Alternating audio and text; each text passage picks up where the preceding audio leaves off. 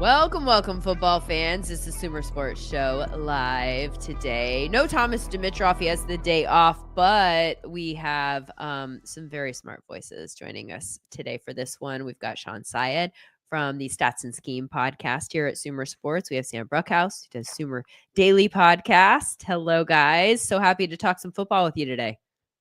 Lindsay, what a time. And, Sam and I have been doing some episodes together. We don't get this fancy intro music. It's always great. That always gets my blood going a little bit. I'm glad we get to be together and have that intro. Yeah, absolutely exciting to be on live here and glad to have my Sumer live companions all in one spot. Happy to chop it up. So good. Thankful to be together. Let's see how many gross Thanksgiving references we can pop into today's show. So we are guys, we like celebrating milestones kind of throughout the football season. And now we are 2/3 of the way through. And so I thought it was probably a pretty good time to take stock of where we are, what we know, what we don't know, who's playing and coaching out of their minds. Let's give credit where credit is due. And I think it's interesting because I feel like the last time we had a kind of like, let's take stock type conversation, we were in a very different place. I feel like things have narrowed down pretty dramatically in the last handful of weeks. So maybe a good place to start today's conversation is to tell us at this point in time, which team in each conference, let's do AFC and NFC, is the team you feel the most confident in? Who top to bottom do you think has the best team and we can feel the best about them moving forward down the stretch? And I will now direct, I forgot now I have like two people that I'm talking to. So I'll make sure that we don't have these awkward lulls here, and I'll specify who I would like to talk first. And now it's Shawn. Look, I don't think there's anything awkward about the lulls. These things happen. You speed it up at 2x when you're listening to the podcast recording. You get through all of those little pauses. And I think it actually is kind of fitting that there is a little bit of a pause because, like, who is actually the best team in the NFL, right? You think about it, it's easy to always look at the Chiefs, and you think about just their history, their track record. It feels like they'll be playing late in the season no matter what. I want to, put my case in for the Bills. I think that Josh Allen can just win you a game whenever. Of course, the Bills literally beat the Chiefs. So there is that example. For Buffalo, though, I'm super impressed by their defense. They can win by just pass rushing 4 players. And that, I think, is such a positive aspect of a team late in the season. I think Christian Benford has had an awesome season on the outside. They're about to get Matt Milano back. I think they can beat the Chiefs again. And I think that Josh Allen can win you a game whenever. I've been impressed with the job Joe Brady has done over there. Just you get heavy. You find different ways to scheme around just having a bunch of wide receiver injuries. I think as long as those wide receivers end up healthy, the Bills are the team that I think I'm just like leaning further and further into as we continue to go through the season. It's interesting too, because I think that they're doing it in ways that feel less like sexy in terms of things that really catch your eye and drive conversation on, like the debate shows and stuff. The Bills aren't really a team that grabs you conversationally on a week-to-week basis. Like they don't give you a lot to, now that Josh Allen's not turning the ball over, we don't get to debate that and, whether or not that should affect his MVP candidacy. I mean, the turnover worthy play rate, like very, very low this season, by the way, but no, we're not going to really spend much time talking about that because it's only fun to talk about when it's, out of character, I guess, what we're seeing. But I think that the Bills are a really interesting one in that sense. So that's the AFC team. Sam, you want to give us an NFC team?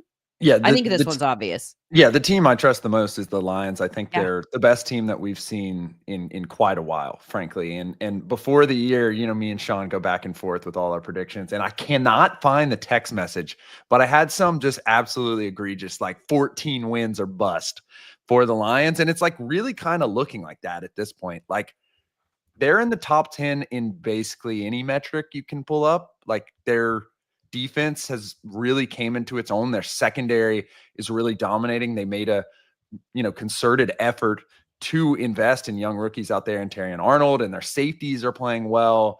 Obviously it'll be interesting to see how they move forward, given that their edge rushing talent is not the best right now, but their defensive tackles are playing well. It's just like the most complete team we've seen, and they're doing the thing that Thomas highlighted when, he was with New England, of like they were unhappy if they weren't beating a team by 14 or 21 points. And it certainly seems like that is the case with the Lions. Like if you don't show up to play against them, they take it as like major disrespect and they're going to kick you into the ground. And I just think when you're hitting on all cylinders at that standpoint, Dan Campbell is already looking to prep his offensive coordinator, defensive coordinator for like head coaching jobs. Like they're really hitting as an organization from the front office all the way down to, the backups who have to fill in for injury. When you're operating at that level, I just trust you more so than the NFC, but just as the best team in the NFL right now. We're going to get Bills Lions down the road in a little bit. It's just a few weeks away. So that's almost a Super Bowl preview, maybe, something, just a clash of Sam and Shawn there, Yeah, I mean, anything can happen in the postseason, but it's looking like that in a lot of ways. Obviously, you can't rule out the Chiefs regardless of the way that they look. Like, that they're going to be in it till the end. But in terms of margin of victory leaders, those are the top two teams in the NFL. Lions by a lot out in front, plus 177. Sam talked about the fact that they want to win by a lot every single week. I think it's interesting because there are some teams that do that and it feels like they're running up the score and it's obnoxious. And when it's the Lions, maybe it's because of where they came from just a few years ago. It feels like an acceptable part of the culture and a necessary part of the culture, like sitting on the outside. And personally, maybe it's just the fact that I'm not invested in any of the teams that are getting run up. And so I don't feel that kind of pain attached to it. I'm like, yeah, good for them. Keep it going. This is what you need to train your guys to do. But so the Bills are at plus 106. They're number 2 in this category. So that's an AFC team and an NFC team. Do either of you guys disagree with the team that the other one mentioned for the conference? Sam, are the Bills your team in the AFC, you think too? I've been on the Ravens all year. And the thing with the Ravens is they have a huge glaring problem, which is their pass defense is not good. Yep. The flip side of that is they've proven across a really, really difficult schedule that may or may not make a difference for them. I mean, they did a decent job, defending against Justin Herbert last week, but they're really kind of taking the standpoint of, we've seen the Chiefs do this a couple times. We've seen the 49ers do this a couple times where like they may not be good in one element of defense, but they can shut the run down. Sometimes it flip-flops, but depending on the year, but like they're just shutting the run down. And I think, in coming weeks, we're really going to see if they can continue to do that. But like just looking back at their schedule, they've proven they played well against Kansas City. And that was the first game of the year. That was a tight game, literally comes down to, a heel or a toenail or whatever it ended up being. That was the difference in that game. They've beaten Buffalo, Cincinnati twice, Washington, Tampa Bay, Denver, and the Chargers. Those are all like playoff level teams at this point. And so I just don't know, how much that passing defense really is going to matter when they do have guys like Kyle Hamilton, who's playing kind of in a new role back there. And when they do have guys that are making impacts, particularly on the offensive side of the ball, where they've just kind of ran over every team that's not the Steelers. And so I really kind of believe in like a Ravens-Lions Super Bowl right now. If you had to, make me pick, that would be my selection for the year. Well, Ravens fans would love to get over that playoff hump in that sense, right? Like that would require kind of a turning of the page to a degree. Shawn, do you agree that the Ravens are the other team in the AFC, or are you going in a different direction there? I mean, the looming specter of the Chiefs, it's just always there, right? I feel like that's kind of assumed for a whole entire conversation going into it. It feels like if you're the best team in the league or the worst team in the league, the Chiefs will beat you by 3. And that's just the end of the case there. I do worry about the Chiefs defense, having an injury at corner. I think it feels like that is piling up a little bit. Their pass rush is just, it's not looking great right now. So I still, it's hard for me to look away from the Chiefs, but those 3 teams, I think together, the Bills, the Ravens, and Chiefs, I think they're going to make for a really fun AFC playoffs where we're going to be able to get some answers. Like Sam mentioned, the Ravens pass defense is something that certainly worries me. Just, sometimes like I think Lamar Jackson he's one of the best players in this league. It felt like early on in that Chargers game on Monday night, you just have some things off in the passing game. Of course, they're able to figure things out later on. So I just wonder what defenses are going to do to try and stop him. And it feels like the Chiefs were able to do just a little bit. That feels like so long ago, like literally years and years ago, where that was only just a few months. So I still think the Bills, Ravens, and Chiefs. Like, it's just going to be such a fun AFC playoffs. Random stat that I sometimes just like pop through stats just to see if anything pops, like, and I'll just go, category by category and see like who here feels out of place. And I was looking at a time to scramble stat, and I thought it was interesting that Lamar's is very high, like one of the highest time to scramble times in the league, like meaning like he's sitting in that pocket and he is not looking to do that. And if he does do that, then it's like taking a long time. He's going through his reads and then he's like, oh shit, it's done. Like, I got to do this, and then tucking it and running it. I thought that was very interesting. Like that is that number that any kind of offensive environment with him would involve a number that could possibly be that high. It was like 7 or something like that. I mean, it was a very high number. Yeah. And I think that coming into the year, there were some defensive questions which have played itself out, at least in the passing game. And then the big question was the offensive line as well. And I think they pretty much answered all those questions. We saw that kind of show up against the Chargers last evening. I think that if there were questions about their offensive line at this point, I would be substantially, less bought in to the Ravens. But even last evening, like, they were able to kind of just do their will and allow Derrick Henry and Justice Hill to get going in that game. And that was really the difference. And that's when they really started separated from the Chargers. And I think if they did have a second question about their team, I would be less so diving into them and more likely to, dive deep into that passing defensive problem. But like, that's literally their only issue. And typically when you have a single issue that you do kind of have answers to, like, you have Nate Wiggins, who's performed pretty well. You have Marlon Humphrey, like a Pro Bowler, Kyle Hamilton, a all-pro level performer, Marcus Williams even, who has done a lot of good things in his career. Like, I'm just more keen to the fact that they'll figure it out, and they have a really excellent offense, like the top tier offense in the league, probably in terms of operation, alongside the Lions. I'm more likely to overlook kind of a detriment rather than in the case of the Bills, who are also performing super well on offense, but may not, have all the pieces there, game to game, at least. Yeah. Number 1 on the season in EPA per play, the Ravens offense, number 2 in points per game.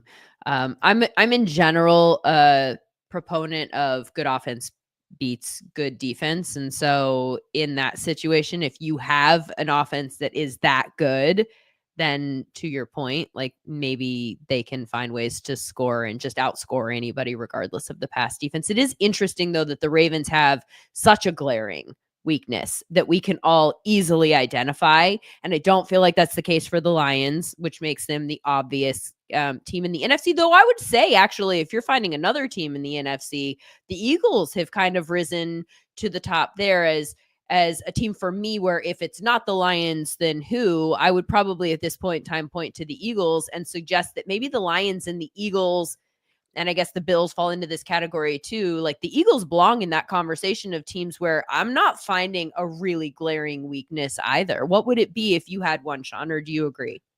Yeah, when I look at the Eagles, I think that their passing offense is going to define their ceiling. And like, when you look at their numbers from offense from last year to this year, like, Jalen Hurts is consistent. Like, they're going to be a high quality offense. Obviously, the running game is playing so well. The offensive line is fantastic.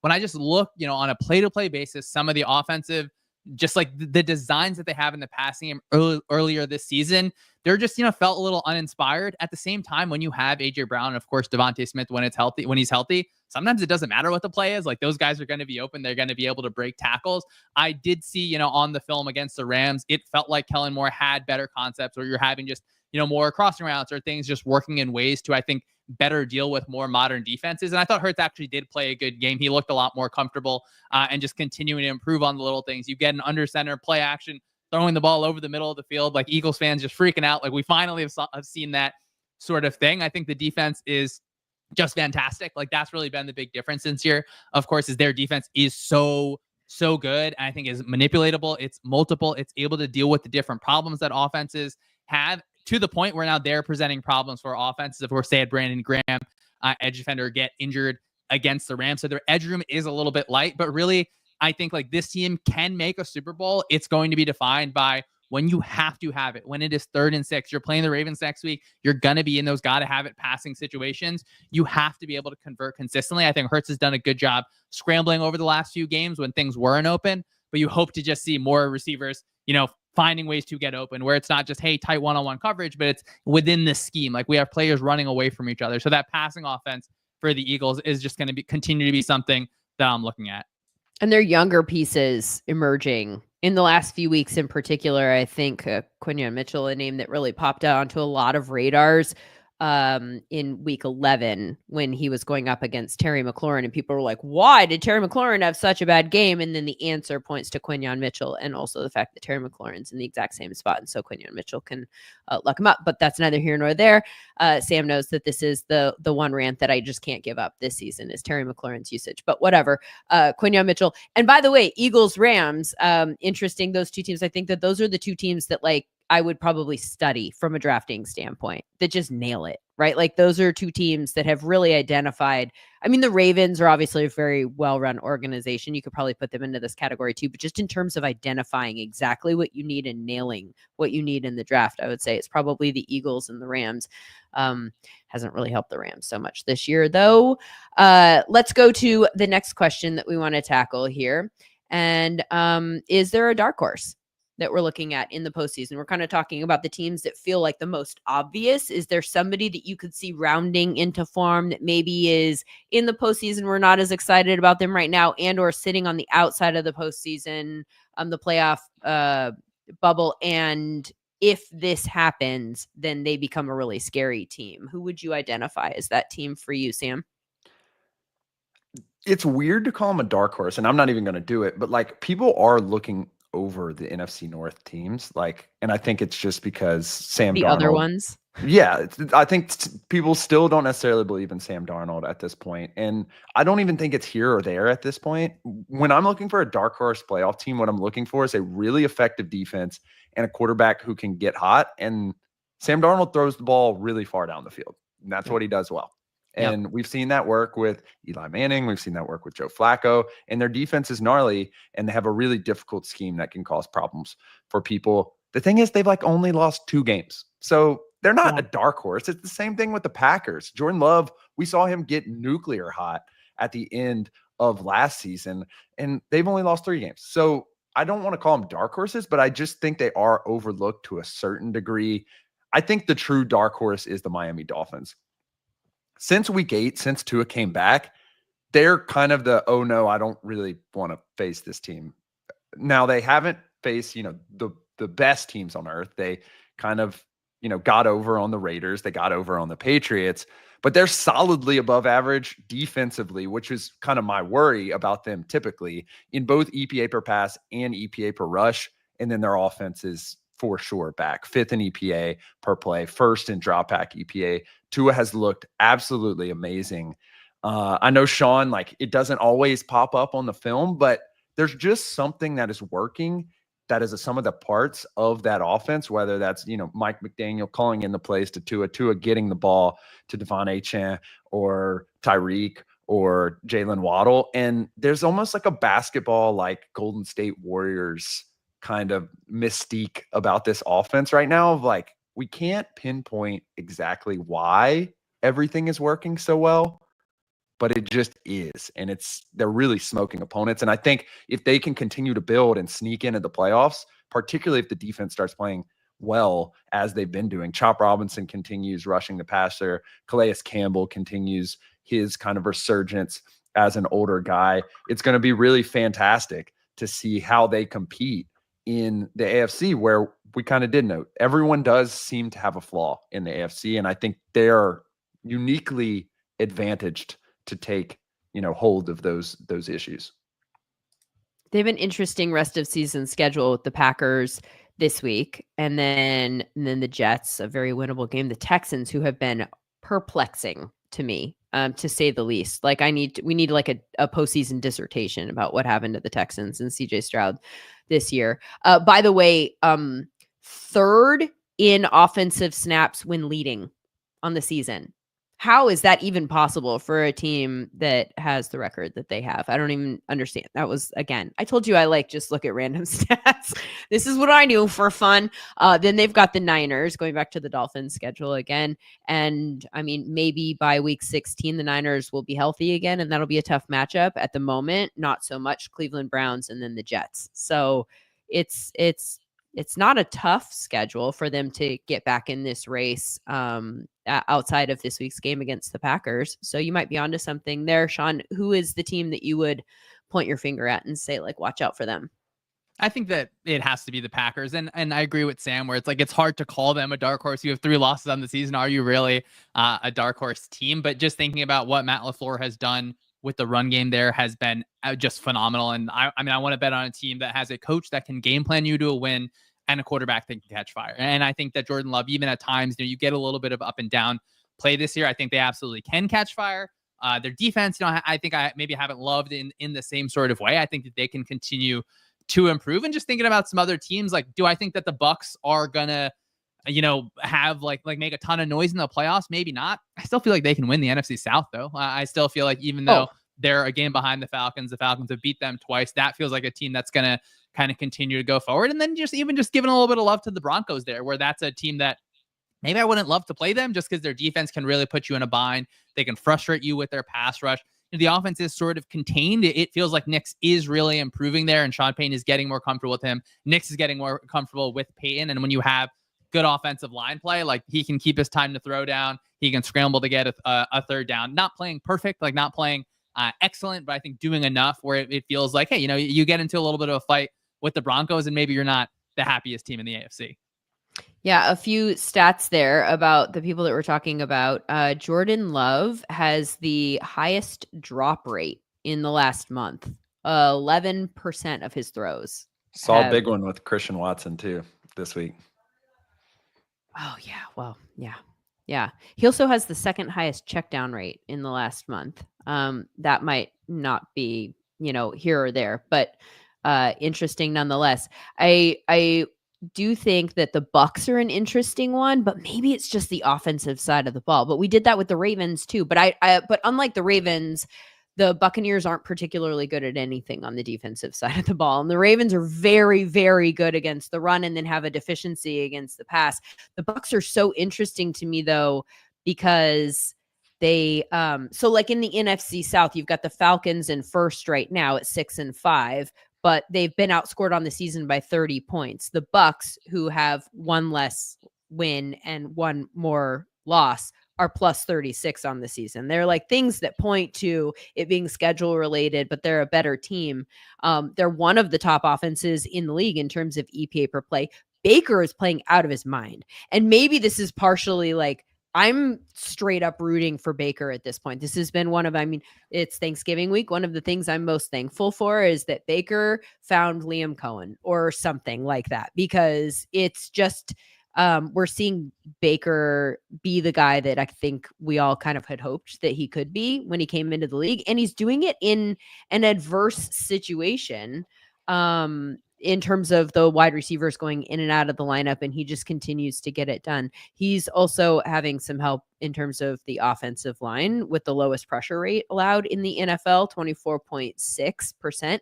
And one thing that I do think, though, that does go back to him, pressure rates and sack rates, obviously, I think we all agree to a degree, or can be reflective of the quarterback also, and not just the offensive line.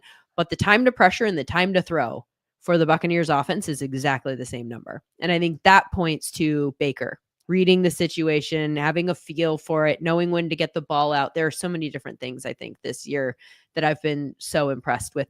Catchable throw rate in the last month is the best for an NFL starter, 85.6. His off-target rate, just 12%. That's very, very good.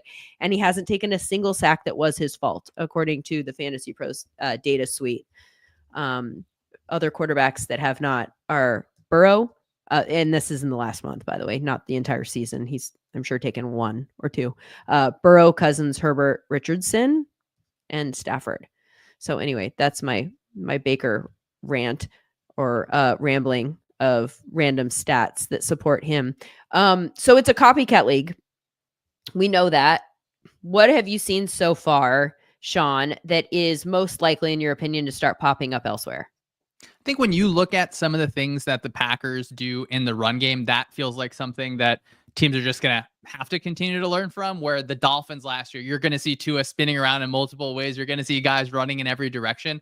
A lot of times that was for outside runs. I felt like the Packers are now doing that for finding ways to get attacking downhill inside runs. So I really, really like that. I think that's a team that everyone's going to be studying this offseason. I think the way that different teams are finding ways to get to middle screens, where the Seahawks run it a bunch, where we're so used to seeing like inside zone, like an inside run with kind of a bubble screen to one side, but now we're faking that. We have a receiver coming back to the middle. You catch that screen kind of around the center, really, and you're running into space. I think that is another one. And just watching the way that teams are manipulating defenses with their running back motion. So I think we can remember the 49ers last year. You bump Christian McCaffrey out, and now you're kind of forcing the defense to make a decision. Do you treat it like an empty formation? Are you treating him still like a running back? But now teams are showing the running back kind of bumping out a little bit, but now he's going to run back inside for either a run or pass protection. So I think those little aspects of play have been fun to watch across the league this year.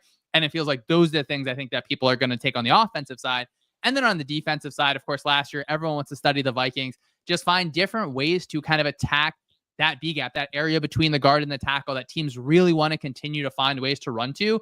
And I think we're watching teams evolve to be a little bit more attacking on some of those early downs, try and create a splash play on defense, where I feel like the Steelers did a really good job against the Ravens. You get these teams into some of those third and long situations, you can get a little bit more fun on the back end. So it feels like every year there's like some sort of movement just overall between the offense, between the defense. It feels like the defense is winning in some ways. The run game may be winning a little bit in some ways, where I think the defense is kind of happy with that. So I think overall just a lot of fun movement through the scheme world this season. I feel like this inspires a follow-up question about coaches that are impressing and will be on our radar, or on your radar, when it comes to head coaching vacancies. But first, I want to hear Sam and the things that you're seeing that you think we're going to start seeing more of.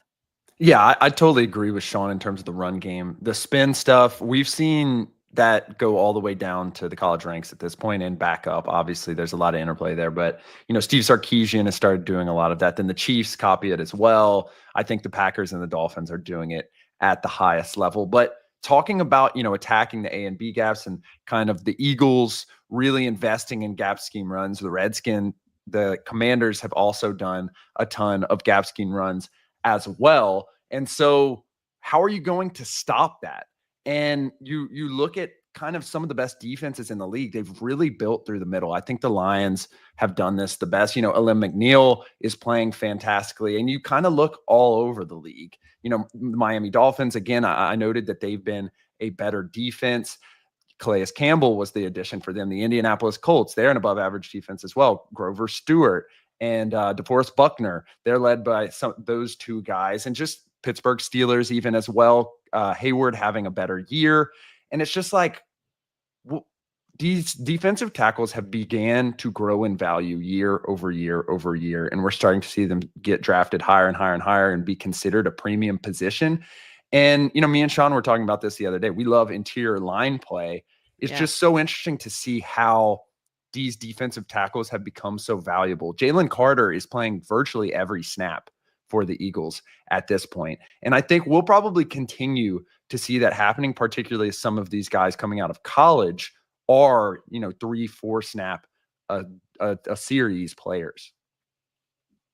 What, to, like I said, follow up with some of those themes, there are people that are doing creative things and really popping in terms of scheme, approach, just, finding interesting ways to attack various problems. Is there an assistant coach not named Ben Johnson, or is it just, does it have to be Ben Johnson? I mean, we obviously have to talk about him. But who's the assistant that's at the top of your head coaching candidate list, and why? Yeah, I think Ben Johnson has to be, right? He's doing so many unique things. And when I think about just these top coaches, of course, at the end of a season, you kind of look at the system overall, like what are the ways that they're attacking a defense? But really, it's the game plans that make the difference for the top end coordinators. And I think that Ben Johnson does a fantastic job specifically attacking exactly what the defense is presenting to you. And then also being so creative where you take the kind of fast motion that the Dolphins have used over the last 2 seasons, and then he throws a double move off it. So he's doing things that no one else is doing. I definitely lean towards just the offensive side of the ball in terms of thinking about, well, if you want to pick, offense versus defense, of course, there's so many responsibilities for a head coach as a team builder. You're pairing with the GM. I do want to just, maybe a little bit under the radar. I want to give a lot of credit to Liam Cohen this year, the job he's done with the Buccaneers. You, of course, mentioned a ton there with what Baker has done really well. He is a specific example of a week-to-week game planner that I think is just excelling and showing a lot of great things with a really good environment. It feels like maybe Baker Mayfield he's the guy with the magic touch. You get Dave Canales, he goes and gets a job. You get Liam Cohen, maybe he goes and gets a job. So I think that's a situation where we can talk about Aaron Glenn maybe a little bit more later. Just feels like you want to get guys from the Lions, but Cohen is an example where I hope he gets a ton of interviews. Maybe it's not this cycle. Maybe it's one more cycle, but just an example of a person who's putting his players in the best position, is getting the most from those guys. And I think has an offensive system that is sound, but then the adjustments within game to make life hard on Fred Warner, to make life just super, super hard on the Eagles and find success in different ways. Do we think that Ben Johnson, we know that he kind of turned this whole thing down last year and opted to stay in Detroit? Let's say Detroit makes a playoff run. Do you think that that's a possible outcome again this season? Do you think he wants to be a head coach? Do you have any questions about that? Or do you think that it's an inevitability that he will be elsewhere next year? It's such an interesting question. It's leaked out several times that he's just going to be extremely picky about this. And then there's also kind of the scenario of, is it the right fit? I mean, we saw Eric Bieniemy year after year not have the correct fit with any given team, whether that's interviews or, not the correct quarterback situation or whatever. He ends up going to Washington and being the offense coordinator. It didn't exactly work out there for him there. But I could certainly see a situation like that popping up with Ben Johnson, particularly given it's well documented at this point that he loves working with Jared Goff, and he seems to have really true autonomy over that offense and the ability to really be creative. And I think it's always easy to, think there's greener pastures, particularly with a head coaching job and the pay bump that goes with that. But it's just very difficult to be head coach in this league.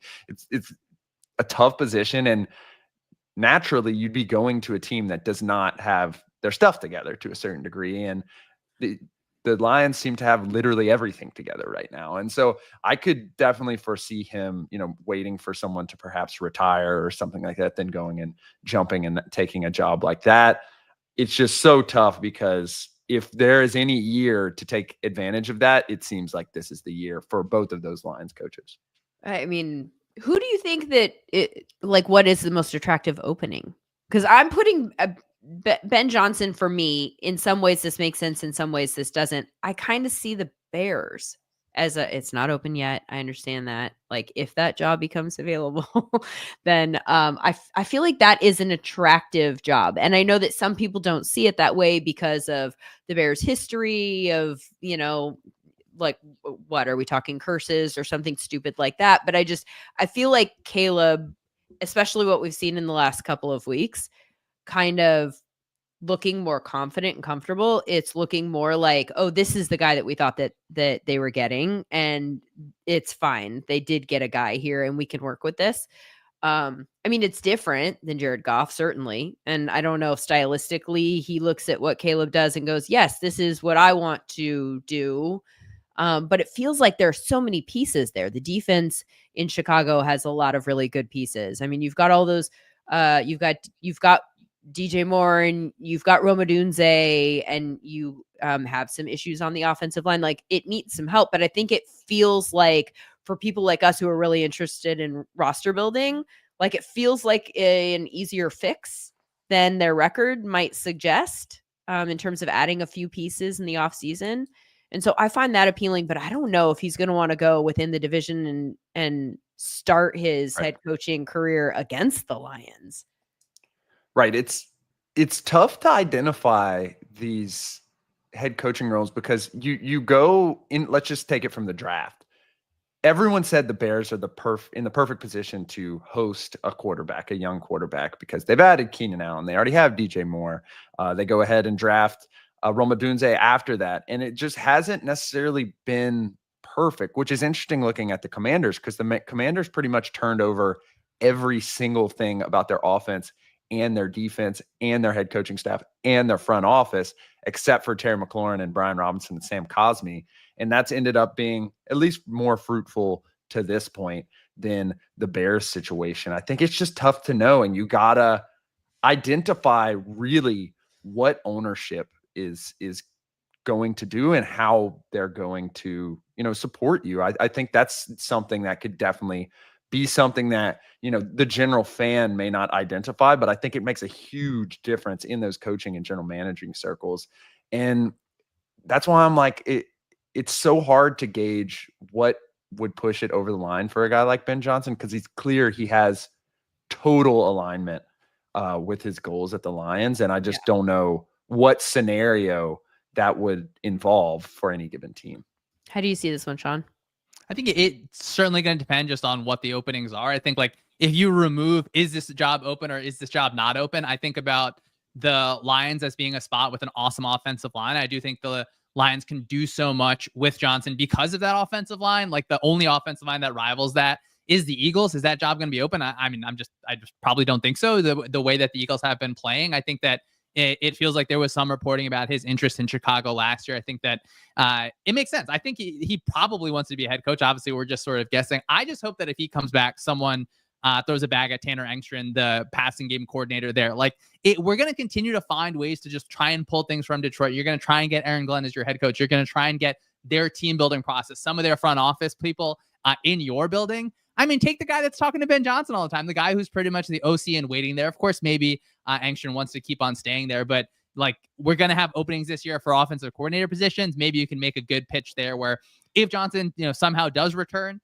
for another year in Detroit, I think you try and find ways to pull at that, even if it's just to for competitive balance across the league for a little bit more fun. Yeah. Yeah. There's so much to gnaw on there. Are there any other head coaching candidates that you want to mention, Sam? I think Aaron Glenn, sticking with the Lions, is the shoe-in, frankly. I think there's two directions that teams have kind of found to be successful head coaching guys. And I think it's, okay, we're going to take in this offensive coordinator and hope that he grows as, a leader. But we know that this is an offensive league. And if he's going to be able to map that over to our team, we're probably going to be very successful. And I think that's, the young guys like McVay and Zach Taylor and Kyle Shanahan over the years. I think that's kind of the model there. And then there's the person who has been in a franchise and will probably not call plays to a certain degree and will just be a leader. And frankly, it seems like a lot of those guys are now Sean Payton guys, but like Dan Campbell, associate head coach of the Saints for years after years. He goes up there, and I think Aaron Glenn probably fits more into that mold. I'd be surprised if he was a play calling, head coach, just because he does have the pedigree of being, an associate head coach and really taking on all these responsibilities and being noted even when he was with the Saints as a guy who would be a head coaching candidate, despite him being a DB's coach or something like that. And I think if you're a franchise and you're really looking to do what the Lions did and build from the ground up, and you're not confident that you can build a fantastic offense year one, I think that may be the direction you want to go. I think Aaron Glenn is top of the list for that kind of full rebuild right now, given his years in the league and given his experience with the Saints and with the Lions. This conversation about coaching has reminded me of a question that I have for you guys that I'm interested in hearing your answer specifically, that is not related to the specific question that we're talking about here, but it's about first reads and quarterbacks and quarterbacks who throw to their first read with a great deal of frequency, because again, anomaly within the stats, within the last month, Anthony Richardson's thrown through his first read 79% of the time. That's not surprising. He's young. He is underdeveloped, one might say. And so that's not shocking. Bryce Young, 76.7. Also not surprising. Aaron Rodgers, 76% of the time. He's also been under pressure there. So that might be related to that. And that might also be true for this next one, but this is where I'm going with the question. Stafford, is also really high on this list at 73.9%, which feels very counterintuitive when you take into consideration, like we're talking about head coaching candidates, like one of the head coaches that we all think of as the premier head coach who's, offensive design, all of this stuff. I mean, Thomas has come on this show and said that he would trade draft picks for Sean McVay, loves him, right? So I'm looking at this stat, and for comparison purposes, Josh Allen throws to his first read 54% of the time. My read of didn't even mean that. My read of this stat is that you can kind of look at it one of two ways. One is that they're maybe not reading the field and are locked into like where the play wants them to go with the ball in some of the younger quarterbacks cases. Or is it possible they're also making the reads before the snap and they're getting the ball out fast and going to that guy? How do you make sense of this?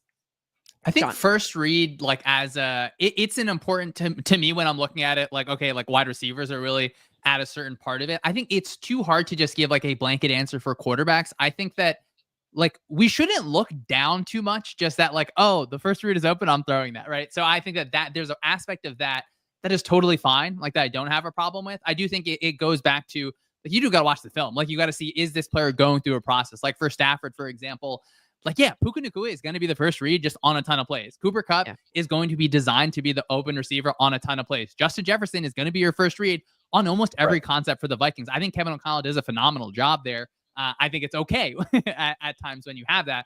I think that like you want to feel if a quarterback can get through the process, mainly like we think of Stafford just over the years. He does a great job of getting to the backside of his concept and reading through every single thing. It's not like when I'm watching the film, like, oh, he's lost his ability to do that, or I'm doubting that sort of in any way. I do like that you mentioned for the younger quarterbacks, it does deserve just another look. Like early in the season, Jaden Daniels had a really, really high first read throw percentage, but I'm watching a bunch of clips against the Cardinals of him scanning the whole entire field and being comfortable with it. So I think it's a little bit more about, hey, let me just pick out sort of the specific examples.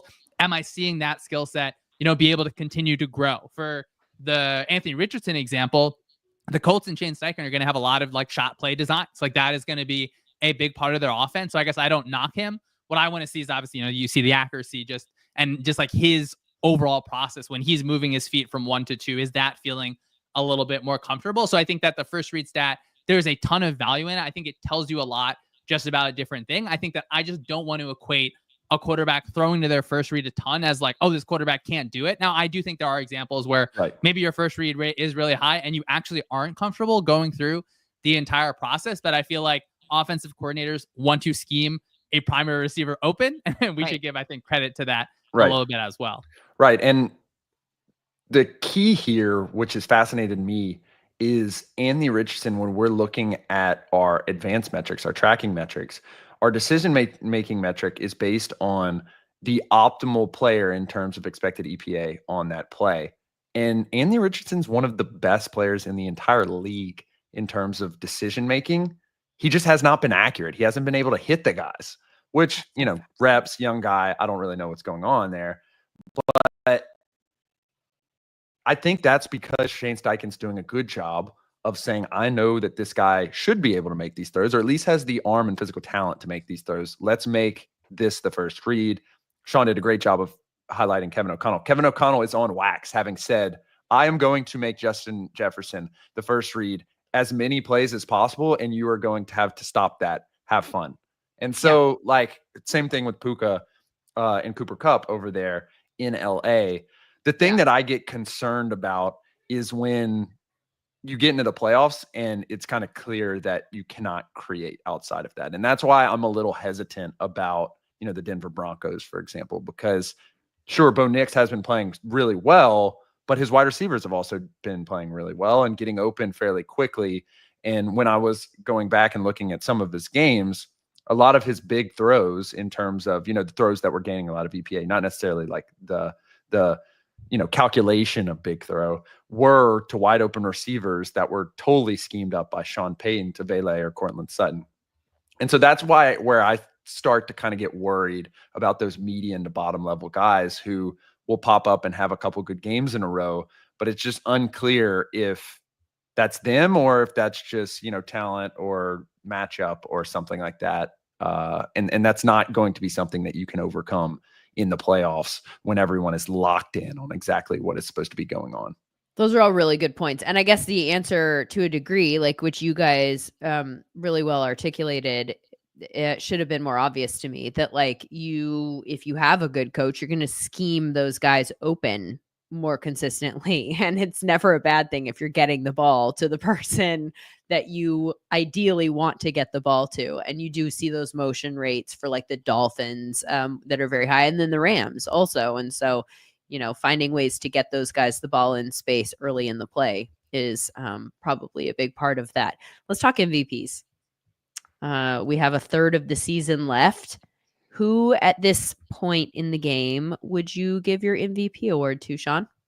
I think it's got to be Lamar Jackson for me. I think that it's a Jackson Allen sort of picker flavor a little bit and how much they do. I've been so impressed with Lamar Jackson where like he is just playing like capital Q quarterback over and over. And you just see fewer designed runs in their offense. I think the way that Jackson and Todd Monken have continued to evolve between an offensive line that, they figure things out here and there. It's been a struggle at different points this year. And I just think like if you take Lamar out of that offense, of course you still have Derrick Henry and a lot of things, but he is just the engine that makes so many different things go. He's obviously very exciting. He's obviously on a team that's going to be around that kind of top end of the AFC. So I just think it's an example of a player playing at such a high level. I hope they give it to him for a third one. Like I understand if people say, hey, like are the writers just kind of have some sort of fatigue in that direction, but it's hard for me to look anywhere away from Lamar Jackson. I'm pretty sure he's has the highest total EPA. And I'm not even or I guess we do have to say a little bit, just about like the quarterback position, unfortunately, like the way that we've defined MVP,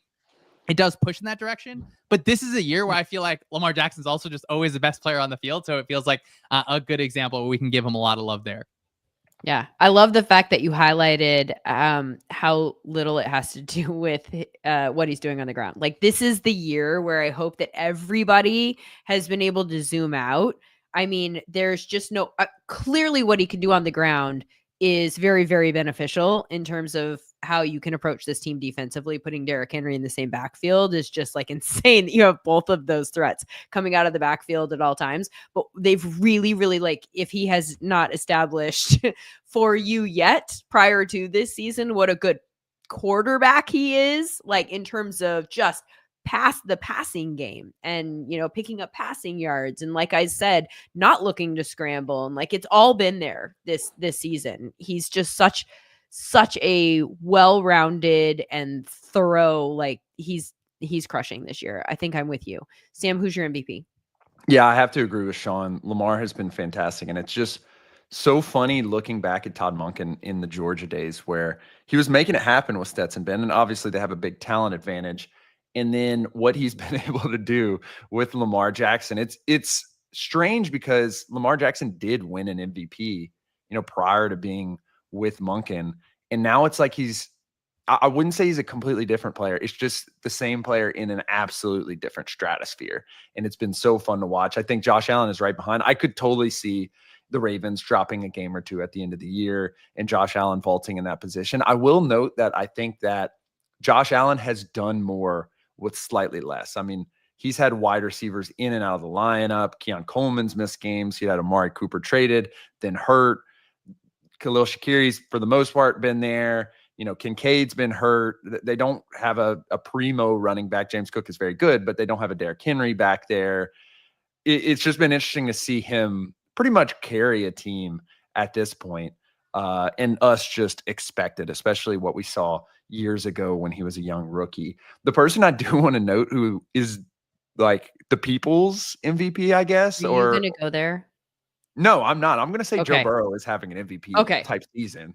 Like it's really crazy. Like if their record was slightly better, I really do wonder if he'd be in these conversations because their defense is really, really bad. And Joe Burrow has taken all of the crap I think that any human being possible could take from the pass rush to the game states and just plowed through it and made every game competitive. No, I'm not going to do it in terms of, our probably offensive player of the year. It seems like it's going to be Saquon Barkley. I don't think he can be the MVP. As we discussed, Lindsay, I think if you put Saquon Barkley on the Giants, it doesn't make a difference. If you put Lamar Jackson on the Giants, that's a completely different team pretty quickly. Yeah, I just think in terms of value, obviously Saquon's insane. I mean, this has been, I feel like this is the debate of the week after the game that he had on Sunday Night Football. And the number of people, I feel like you're finding out where people fall in different football factions. In terms of whether they're like, look at what these teams I mean, and not just him, but Derrick Henry with the Ravens, and look how beneficial. And Josh Jacobs, now he goes to a good team on the Packers, and look at how good. And I almost feel like there are people making arguments for them that don't understand they're making the opposite argument as they try and make their argument. In that, like, look at what these three teams that these elite running backs are on now have in common. They're good. They were good before they got there. They're competitive. It's a good environment for the running back. What do the three teams that they left have in common? They are not good, right? They're struggling from top to bottom. And so I think it's really hard to make the MVP argument when clearly environment matters. We talk about that with quarterbacks all the time. And yes, it does for a certain degree of quarterback. Like if you are an average to above average quarterback, I think environment matters a lot. There are certain quarterbacks who are clearly ones that take the offense with them. And that's what I think we're discussing when we look at the MVP. Like, I mean, I saw somebody make the point on Twitter earlier today, and I think that this is a name that's going to sound wild, but also, if you take Saquon Barkley off the Eagles, are they going to fall apart, or are they still going to be a good team, just not as good? Whereas you had Tua earlier in the season, you took him off the Dolphins, and like, it was like Mike McDaniel and all the things that we thought he was good at, like he forgot how to do. Like they fell apart. Nothing was working. So just in terms of pure value, you could point to Tua over Saquon in my mind. And I know that sounds crazy. People are like, he's not as good. I get it. I get what we're saying here, but I just, I can't go there personally. I think Shawn, like the way the game has evolved, unfortunately, like a quarterback's kind of always going to have more value there. I do think the running back discussion is interesting because if you're a team that feels like most of your premium positions are taken care of, if you go like a bit above market for a non-premium position, like I think that is an okay team building strategy. I'm more comfortable with that in free agency. Maybe a little bit different in the draft, just depends on a unless you're the Lions. Like for the Eagles. And you want to go get a running back, a tight end, and a linebacker? Like what? I just it's worked out. The Eagles, like you're comfortable in a lot of spots, and like you're not like breaking the whole entire bank. You have a fantastic front office that's going to figure out different ways to deal with cap and contracts so that you're going to be in positive situations to keep building. But if you're a team kind of on that bottom end of the team building aspect, I think that is a little bit rough.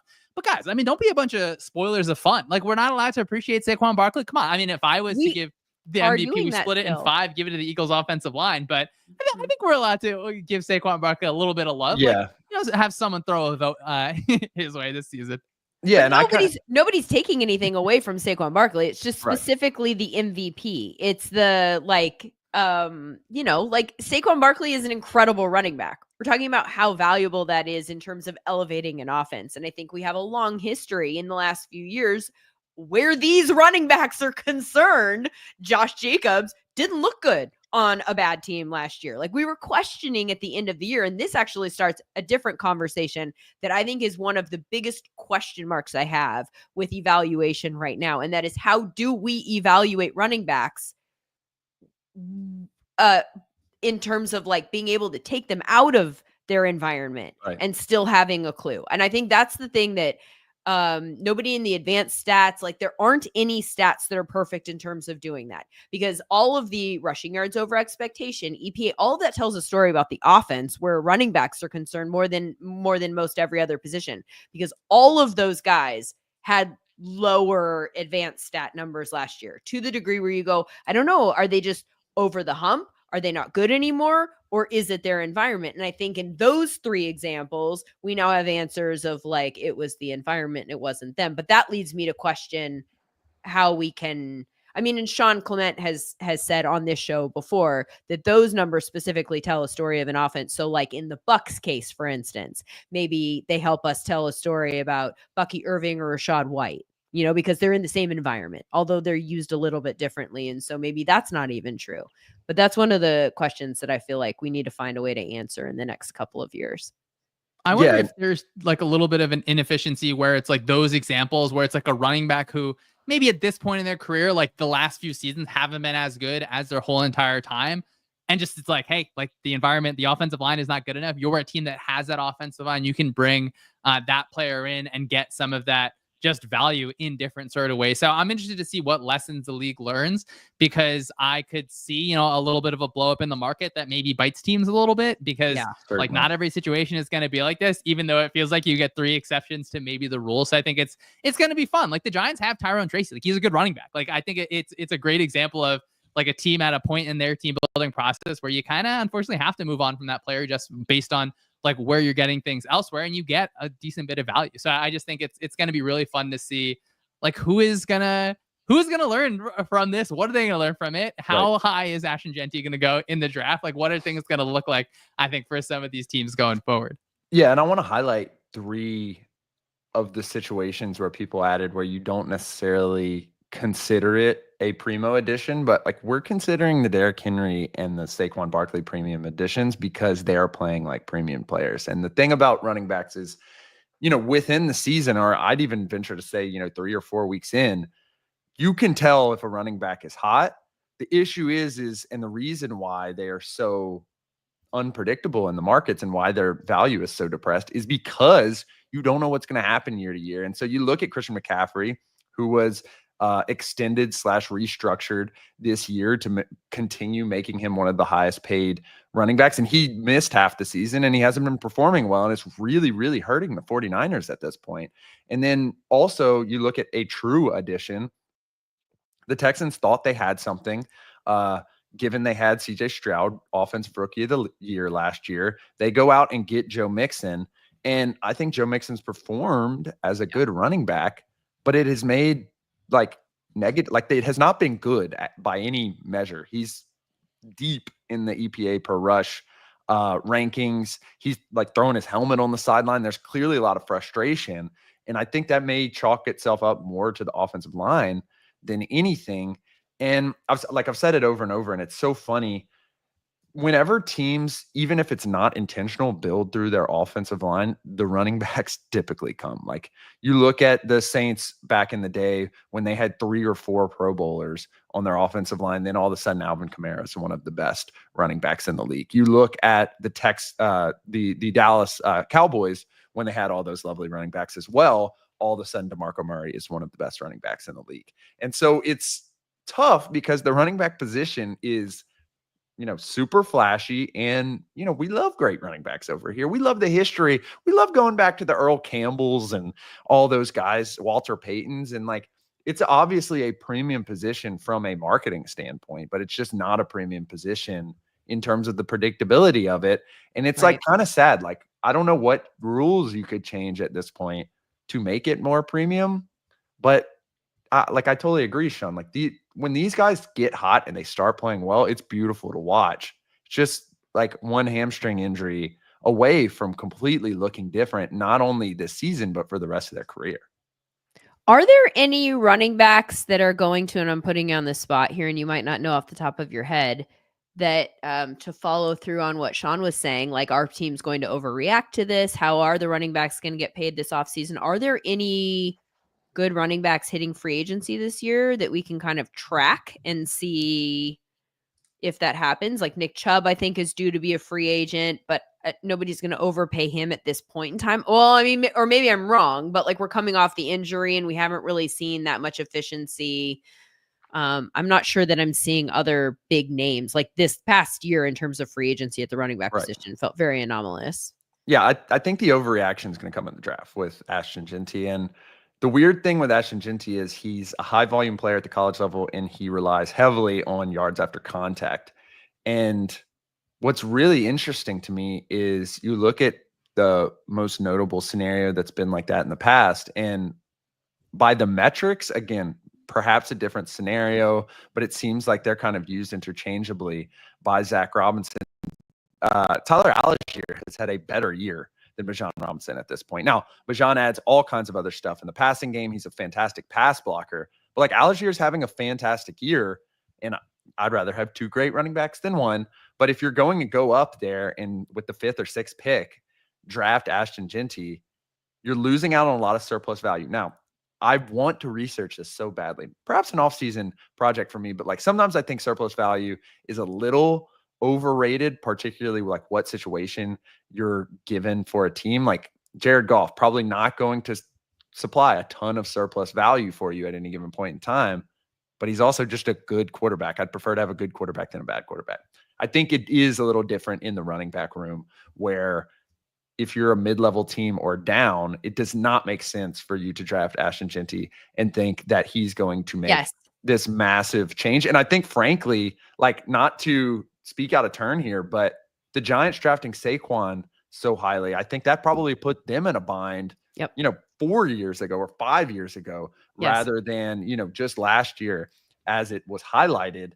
And you look at kind of the guys who are available in the draft. You have guys from big schools, Quinshon Judkins, currently 54th on the consensus big board. I think he's a good player. Ollie Gordon out of Oklahoma State. They've had a down year, but I think he's a good player. Travion Henderson, another guy, smaller schools, RJ Harvey, DJ Giddens from Kansas State, I think is a good player. Like you're able to get these guys later in the draft that can contribute. But like, is it worth hopping up there and drafting a player who just like eyeball pops off the screen? Maybe not. Yeah. I would argue that that's really where you're going with the running backs, is not that they don't matter and or are not valuable. It's you don't start your rebuild with them. This isn't like one of the first pieces. I would say that the running back is like the last piece you pop in. When you have a very good team and you can afford specifically to pay a running back or use a high value draft asset on a running back, that's when you do it. You don't do it when the Falcons did it with Bijan. You don't do it when the Falcons did it to take a different positional value that's low tight end. You don't take Kyle Pitts then. Like that's not the first building block. You have to build the line. You have to build the quarterback. Once you have those pieces, cornerback, like certain, pieces on defense and like those are like the last pieces that you pop in when you can go over the top. Otherwise, it just doesn't make any sense because the running back, regardless of how good they are, they're not necessarily, in most cases, going to get you where you want to go unless all of those other things also exist. Yeah. And that's why it's so tough. And even if you really want to break it down to like the most efficient level, like there are true arguments that Jahmyr Gibbs has been better than both Saquon Barkley and Derrick Henry this year. But it's just like on that efficiency level. And it's so tough with the running back position as a result of this because, you prefer to have two guys so that you can keep one fresh. It's just such an interesting approach that we've taken as a league, as a fan base, et cetera, as compared to, the old school view of you get a good running back, you slap him up on the side of the stadium, you sell a ton of jerseys. And now that guy's running for 2,000 yards and you're automatically going to win the Super Bowl. It's like tough that if you could stop the run, it's over. Yeah, exactly. Okay. So love the MVP conversation. Love the running back conversation. I think that there are a lot of people that have opinions about that. So before I let you guys go, I want to hit, on this one from you in terms of a different kind of value conversation. Who has created the most value for themselves this season? Who's like, if we are, and it doesn't necessarily need to be in free agency. It could just be that they've, really like popped this season. Who has earned themselves the most money this season with their play that might not be on our radar, Shawn?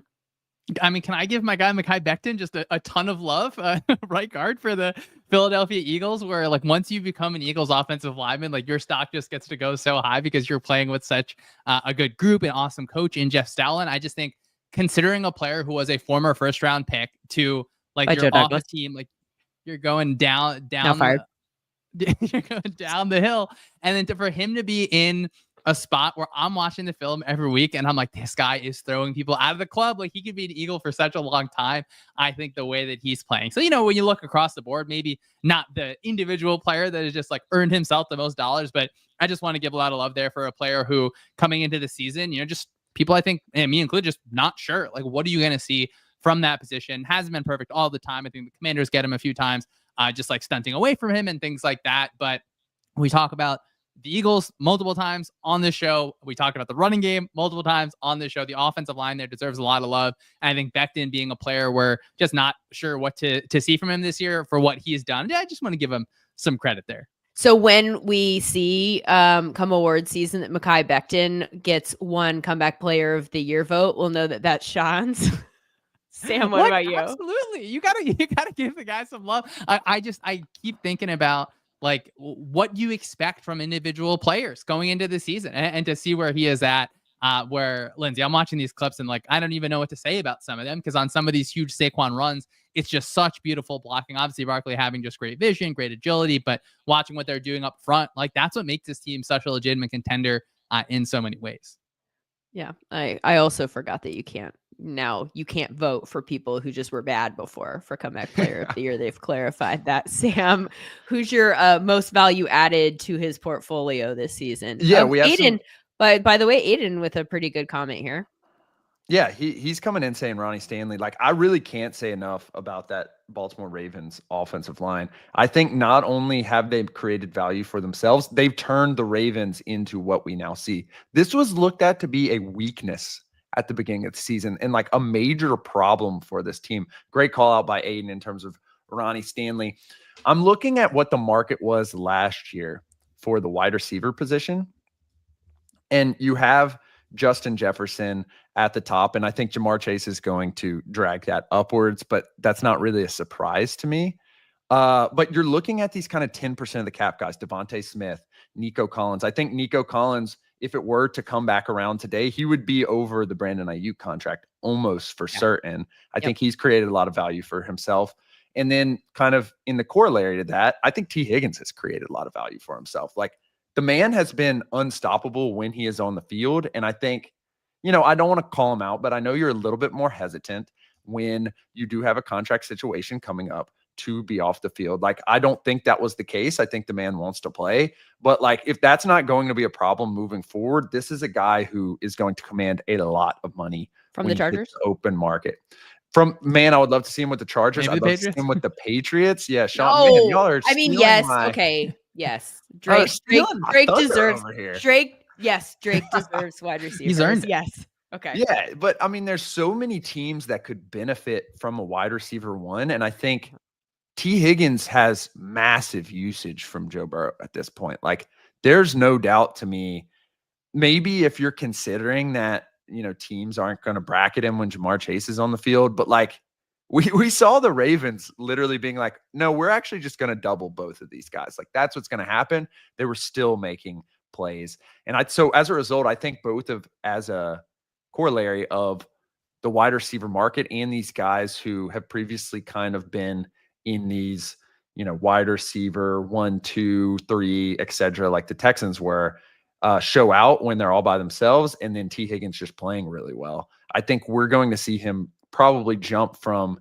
a 10% of the cap player, which is where I'd be very comfortable playing him, particularly if I'm the Bengals and I can get him back at that. But that's a whole nother, business story and what they've done in terms of like cash cap, et cetera. But I think he's going to jump from like a 10% of the cap player to the Brandon Ayuk zone, the Amon-Ra St. Brown zone. And that's like a pretty substantial jump from where he was going into the season, in my view. Good stuff, guys. Love talking football with both of you. Thank you so much for making time to be with me on this Tuesday, headed into week 13. You guys, the stretch run is here. This is the best time of year. It's so fun. I love it. You can find Shawn Syed on the Stats and Scheme podcast twice a week. Tuesday and Thursday is when those episodes drop. Of course, his content's all over the SumerSports website. Also, lots of stats and, by the way, free stats. Like, it's not behind a paywall at the moment. So go check out some of the advanced stats there on the site, and also Shawn's writing, also Sam's writing, and his podcast daily. As the title would indicate, the Sumer Daily Podcast. And this has been the Sumer Sports Show. I'm Lindsay Rhodes. Thanks so much for being with us.